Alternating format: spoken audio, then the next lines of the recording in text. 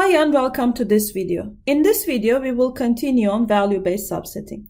And moving forward, up until now, we have seen how to subset rows based on value. The next logical question is, do we have a similar way of subsetting for columns? Well, that's what we are going to learn in this video. But before that, here is a bit of reminder that you should know. Suppose you have a list of columns that you need specifically in your outcome. You can just pass this list of columns inside the square brackets with your data frame. Let's run this one. And you'll just get these specific columns, which we have item identifier, item MRP, outlet establishment year, and outlet size. The same concept of passing a list of columns can be extended when you're working with value-based subsetting. Suppose this is your condition. You have multiple conditions for your rows, which is you need outlet establishment year 1987 and outlet size high. Now, if you just pass the list of columns here, as you see, select columns, the output will only have all the rows that first of all satisfy these two conditions. And in the output, you'll only get a limited set of columns that you have passed to the data frame. As you see here, we have outlet establishment year 1987, outlet size high, and we have only select columns. And if you just remove the select columns here and rerun this code, you will get all the columns. But in reality, a lot of times we are only looking for specific columns and specific rows. And this is how you can do that in Pandas. Now, this is just an advanced subsetting wherein we are not only subsetting based on the row, but we also subset for specific columns. So this is something that I encourage you to go ahead and try a lot. You can do the same thing in log, but now the syntax is even simpler. Here, we have already created select columns. In log, you can just pass the condition that you want to check, give a comma, and just pass the list of columns. And let's run this code.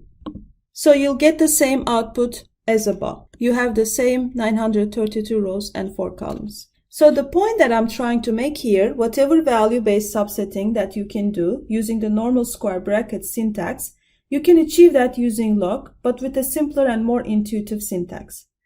Now we will discuss this more about at the end of this video. Now here is another kind of subsetting. In this subsetting, I want to select columns with specific data type. So we already know each data frame has the dtypes property, using which you can just see here, and the type of the data of each column. So item identifier is an object, item weight is a float, and so on. So objects are usually categorical columns that hold categorical values in a data frame. Float 64 holds the real values, and int 64 are basically integer columns. But item MRP can be a decimal or a real value, that's why it's float 64. Now suppose you only want to see what are the categorical columns in your data frame. So you have the data frame, use the select dtypes function and just pass the object. And now when you run this code, you will get only those columns from your data set which are categorical in nature. Similarly, you can do the same thing, let's say for integer 64. And you will get only those columns in your data sets that are integer. So this was essentially subsetting based on value. Until now, we saw two syntax, the basic square syntax using the square brackets and the log syntax. The next question is, when both of these approaches work almost the same, then when to use which? So let me tell you a couple of points to make it easier. First of all, the log utility provides a simpler syntax over the normal square utility.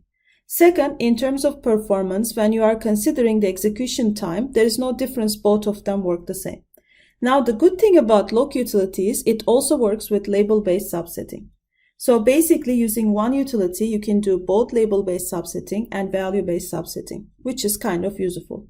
And the last point is the square bracket base utility sometimes has unwanted behavior. So as a good practice, generally, people recommend to use the log utility. And I have provided the link here. You can read more about this behavior on this link, and this is essentially what is value-based subsetting in Pandas. Thank you for watching this video.